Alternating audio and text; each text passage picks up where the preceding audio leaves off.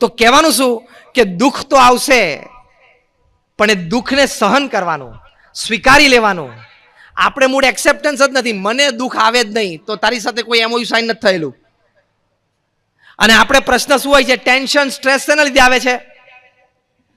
મેં પ્રયત્ન કર્યો, મેં બુદ્ધિ ચલાવેલી, મેં આયોજન કરેલું, મેં વ્યવસ્થા ગોઠવેલી, આટલા માણસો મારી આજુબાજુ હતા, તોય મારો પ્રોજેક્ટ ધાર્યા પ્રમાણે ચાલ્યો કેમ નહીં? આ મુખ્ય પ્રશ્ન છે કે નહીં જીવનનો?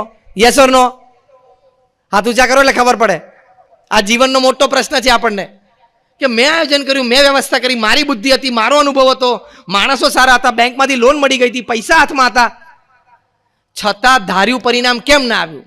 આ મોટું સ્ટ્રેસ છે. એ વખતે શ્રીમદ ભગવદ્ ગીતા આપણને એક વાત શીખવાડી છે, એ સંસ્કાર છે. કયા? જો તમને બધાને પ્રેક્ટિકલ એક સમજ હશે